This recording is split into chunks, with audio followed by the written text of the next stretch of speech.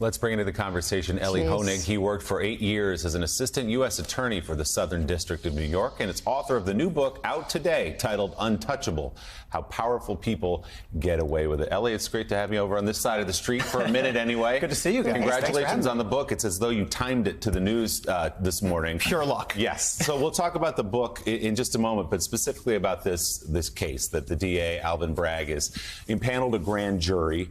Given everything you know about this case, having worked down there, what does this tell you, this news this morning? Well, so this story has come roaring back to life, and it's so interesting that now the DA, which is the state-level prosecutor here in Manhattan, is reviving this and is going to put it in front of a grand jury, which, of course, has the power to indict. We'll see whether the DA, Alvin, who I used to work with, by the way, will actually ask them for an indictment. But what I found so interesting is the reporting I do for this book focuses on 2 years ago. The feds, the Southern District of New York, my former office, had to decide, are we going to try to indict Donald Trump? Because they couldn't indict him while he was president, given longstanding DOJ policy.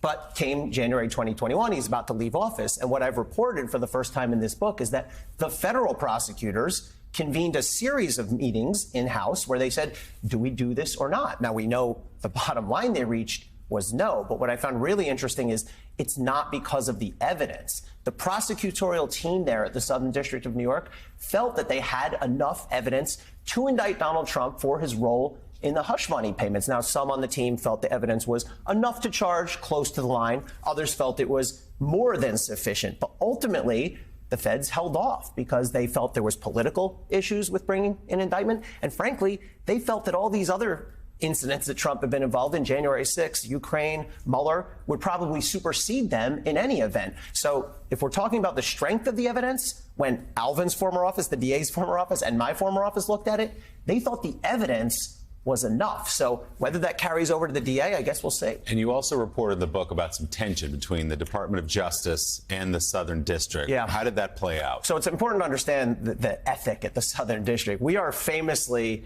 headstrong, maybe a wee bit arrogant, depending who you ask. But the Southern District sort of prides itself on its independence from what we call main justice, meaning the bosses down in DOJ in Washington, D.C. When the Southern District was getting ready to indict Michael Cohen, they put together an indictment. Now, they couldn't indict Trump at the time. This is 2018. But in that indictment, the Southern District wanted to lay out chapter and verse on Donald Trump. They felt like we need to tell the public what this person did. Well, the bosses at Main Justice got wind of this and said, absolutely not. And that kicked off a heated back and forth. Which bosses are we talking about? Who sent that directive down? Sure. So the main contact person at Main Justice was Ed O'Callaghan, I should know, another Southern District alum, who basically told the Southern District, we are not going to put out an indictment that lays out all this detail on somebody who cannot be indicted and cannot defend himself, if that sounds familiar, similar to Robert Mueller's rationale. So there was a very intense back and forth, but ultimately, as much as the Southern District is independent, we're not anarchists, we are part of the Department of Justice, and DOJ's will won out. And as a result, we saw this really sanitized indictment. The Michael Cohen indictment mentions individual one, and I have the story, by the way, of how he became individual one and not co-conspirator one, which was considered at some point. But what we ended up with was this indictment that was entirely sanitized as to Donald Trump. So the politics of this, Michael,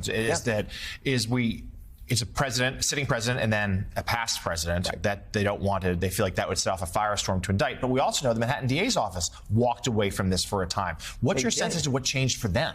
That's a great question. The Manhattan DA did walk away from this and the other financial cases for a time period. But, you know, if we look carefully at what the DA said, he never actually said we're out. Right. He had the couple prosecutors who resigned because they disagreed with him. He said we're continuing. It was clear to me he felt they didn't have enough yet. And the X factor here, in my view, is Michael Cohen. I should say I'm friends with Michael Cohen, so take that for what it's worth.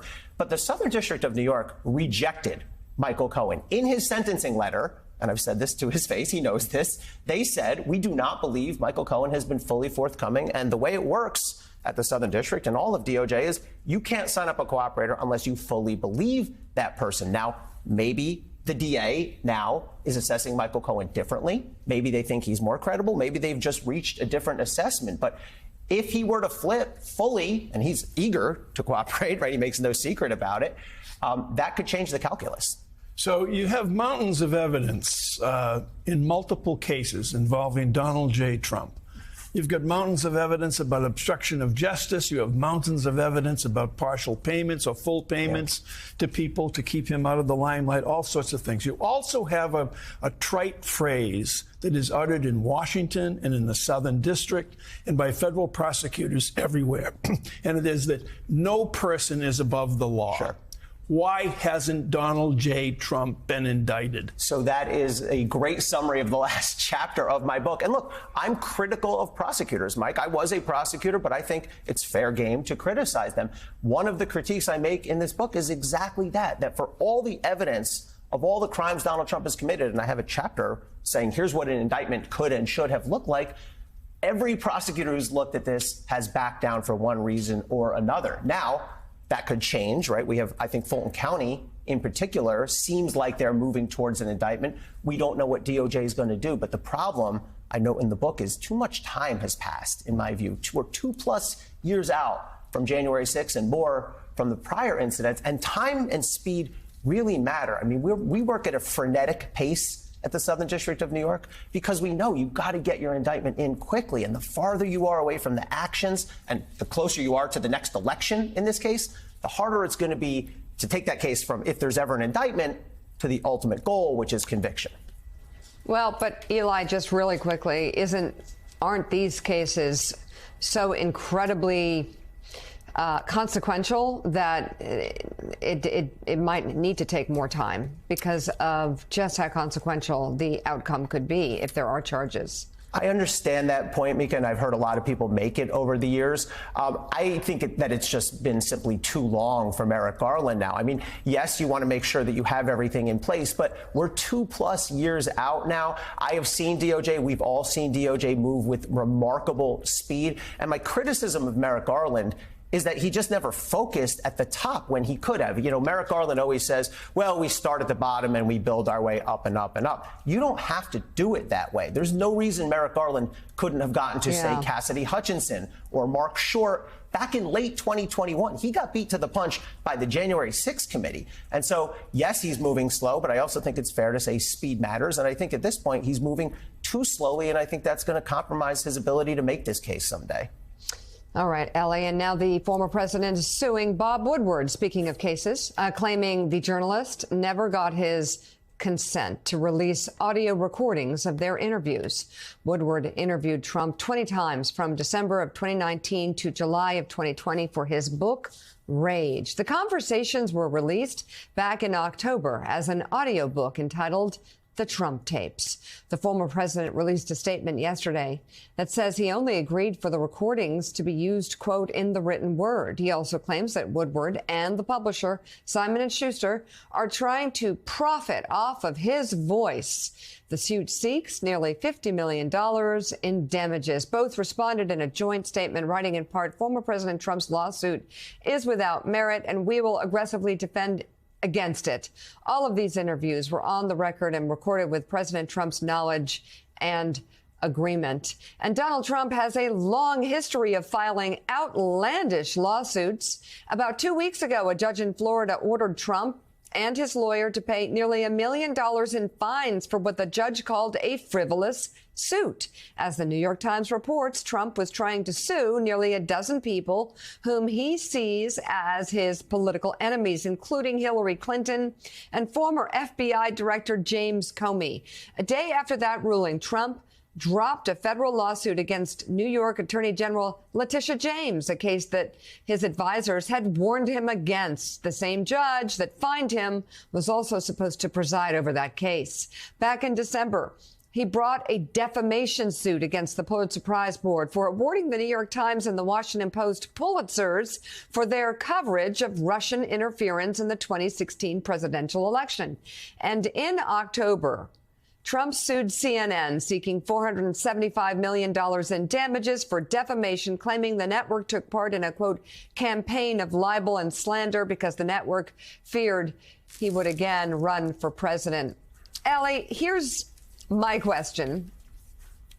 How many legal actions against Trump are in play right now? There's the rape allegation, right? What do we got here? We've got Georgia. That one's serious. That one could really go somewhere. We've got January 6th. Is it one or two investigations surrounding January 6th and the big lie? Well, I think there's two there. I think the Georgia investigation is based on his effort to steal the election. Plus, we know the special counsel for DOJ is looking at January 6th sort of writ large. Oh, okay, 4. And then the documents, the Mar-a-Lago documents. Right. That's 5. Anything else? What am I missing? Well, we've got the Manhattan DA investigation that we just talked about. That's back. He's been sued by Letitia James for fraud at the Trump Organization. Okay, anything else? Let's see. Let me do that. This is like, what's that game? Pop quiz. Yeah. Wait, hold on. The Trump Organization was just convicted for tax fraud. I don't know if we count that. What just happened? Oh. Okay. Yep, we lost. I guess the game is over. You go home with a parting gift. Yes. And well done. Thank you. I had more, too. Let's pull out a little bit and talk about the book, Untouchables, because it's not all about Donald Trump. You talk about powerful people, how they get away with their crimes. You talk about Harvey Weinstein. You talk about Bill Cosby.